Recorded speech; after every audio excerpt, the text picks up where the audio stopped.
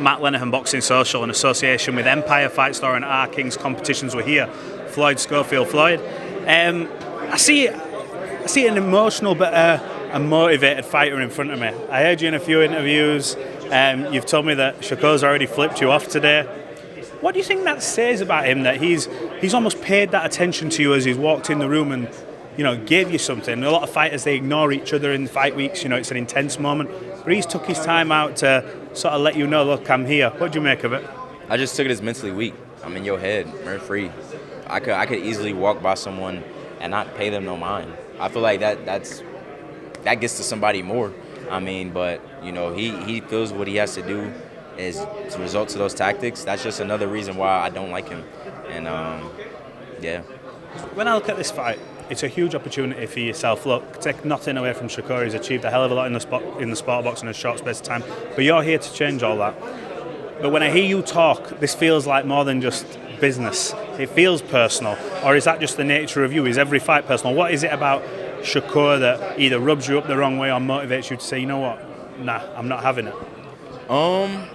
You know, every fight isn't really personal. I just feel like it's business. Just this fight is business too, but it's just a little more personal because I don't like him as an individual. I don't like, you know, how he carries himself as a man. Like, I just feel like he's a diva. He's a brat, and I don't like that. And I don't like the way he's not humble. So Saturday, I'm looking to humble him. Does that whole sort of mindset stem from, you know, the things about camp and the moles in camp? Does that stem from that, or is that something else? I don't know what it is, to be honest. I mean, at this point, we're trolling. We're trolling. Everybody does it online. He does it. So now it's like, now that the tables have turned and it's on you, now you want to get in your feelings. Now you want to feel a certain type of way. But when you're talking about other people during camp and during your camps, and you know you're talking your trash, like nobody can talk back. So I just don't get it about him. Do you feel that he's maybe unsettled because the last few opponents he's had, they're not really going to go back and forth? Like, let's be honest, they're not really anyway. Whereas you're quite outspoken. Obviously you believe in your abilities. Tonight, I think this week's the sort of your coming out party for the wider audience. But do you feel that's unsettled him, the fact that he has someone who stood across him who isn't going to be like submissive of him, who's going to be walking and go, I'm fighting Shakur. You're here like, no, Shakur's fighting me. Yeah, most definitely. I mean, at the end of the day, I'm a man, and you're going to treat me as a man. You're going to give me my respect, whether you like it or not. So I feel like it's bothering him that I'm not tucking my tail. I mean, there's no point.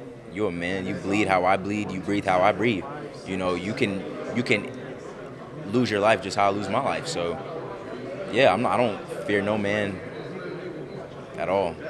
How did you sort of cut the grass in your small circle to see what the real things were? Because, you know, boxing's it's a shady game. Let's say it as it is. You know, there's shit that goes on left, right and centre that the fans don't see. But how did you sort of work out who is the correct people to be around you? Because, let's be honest, this is life-changing for you. No matter what happens, it's life-changing. So how do you make sure the people you have with you on a day-to-day are there for you? There's no ulterior agendas with his team or anything like that. How did you work that out?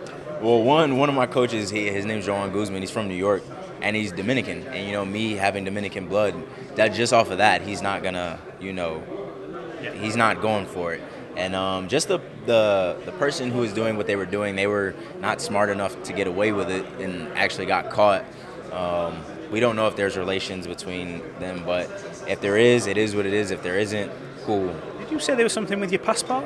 Yeah, some page filled out my passport, and like I said, like, yeah, I'm like, maybe someone took it out, maybe it fell out, you never know. I'm just glad I was able to get a new passport in time to come here, so. It's bad though. Yeah, it's very bad, and it's very weird because I'm like, I don't travel like that, so I'm like, okay, like that's a little awkward. Well, look, we've got all the sort of beef bits out the way. Tell us a little about yourself. You're undefeated. Decent amount of knockouts on the record. Shows you've got a bit of pop. What do we see on Saturday? Tell the boxing fans who look at this card and go, everyone's calling it the fight of the card of the century. They look at this, and I'll be honest, a lot of them go, that's a Shakur win. Tell them why it isn't. Tell them why Floyd Schofield's here to tear this thing completely on its head, because you know the noise this makes. Yeah. Why? See, I don't want to be that fighter that tries to, you know, change people's minds. You know, if you're going for Shakur, cool. I mean, I can't, down you for having your opinion, but just Saturday night, I just want to get my respect from all the fans. I don't want to hear any excuses. I don't want to hear any doubts after that. Just, I'm coming to give a good fight. You see the way he fights, and he often gets criticised for making fights, people say boring, and I think sometimes he coasts through fights because he knows he can, and it's like, why do I have to bother putting myself at risk? Do you have to almost drag him into an uncomfortable zone where he feels like he has to take risk in that fight, or do you believe your own boxing ability and smarts can beat him anyway? Without giving away too much, because look, you're not going to go tell him what you're going to do, but tell us a little bit. I mean, sometimes you just gotta make it uncomfortable for him. And then sometimes in the fight, I give a little thing. I mean, sometimes you got to make him chase you. You got to make him come to you, So we got something in store for that. We got something in store. You think you can walk him onto something? Yeah, definitely. That always goes back to the mental. If he feels like he's not doing as well as he needs, because all the pressure's on him, if we're being honest. All the pressure. I'm not supposed to win this fight at all. So if he's not looking too good, I mean... You know what, I think I was going to come on to this, and I'm glad you brought it up. So pressure, I always think, from a fighter's, and look, I'm not brave enough to do what you guys do, but I've been around the sport long enough to see it. I think pressure sometimes, that butterfly in your stomach, can be a good thing. Keeps you sharp between here, makes you perform because of the importance. But sometimes, the old saying, can make diamonds or pressure can burst pipes. Mm-hmm. For you this week, you're coming in here from the wider audience as an opponent. So do you walk in here quite freely knowing, that's fine, no problem, we'll see Saturday? Because all the expectation is on him. It is. I have nothing to lose. What do I have to lose? I'm not losing this fight, but let's just play devil's advocate for the people that think I am. I'm 22, fighting a 3-time world champion. If something were to happen where I didn't get the victory, I can move on and still grow from this experience. He can't. You lose to someone like me, how everyone views me, a prospect, it's not going to look too good. Or even if you have a terrible fight, it's not going to look too good. So I got no pressure. I don't like him. I have no pressure at all. Look, as a father, I hear you the way you talk about your son in the interview with Seconds Out on Radio Raheem, and you talk about your son being the motivating factor, not even the belt. Now, as a fighter, that's what everyone dreams of, being world champion. But that's not in the forefront of your mind. It's doing it for your family at home. Does that play a role with you emotionally? How do you stay switched on knowing that your son's at the front of your mind? Because a lot of fighters say, I have to put that on the back seat so that I can focus on this. But you use that to help. I mean, yeah. I mean, at the end of the day, my son is all I care about. When I was boxing, before my son was born, it's a lonely sport. You get lonely. It's not fun. But when my son came into my life, I feel like he saved me. He stirred me. I wasn't going down the wrong path anyway, but he kind of saved me from even thinking about it. And I owe this fight to him. I owe everything to my son. And I try not to get emotional because I love my boy. That's like my baby boy.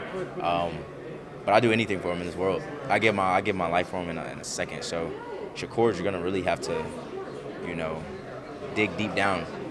Will you let him box? No, I never let my son box. My son's gonna play soccer. Soccer? You a soccer fan? Not really. I'm starting to get into it, but you need to. Liverpool, they're the team in the Premier League. You get on board with them, yeah?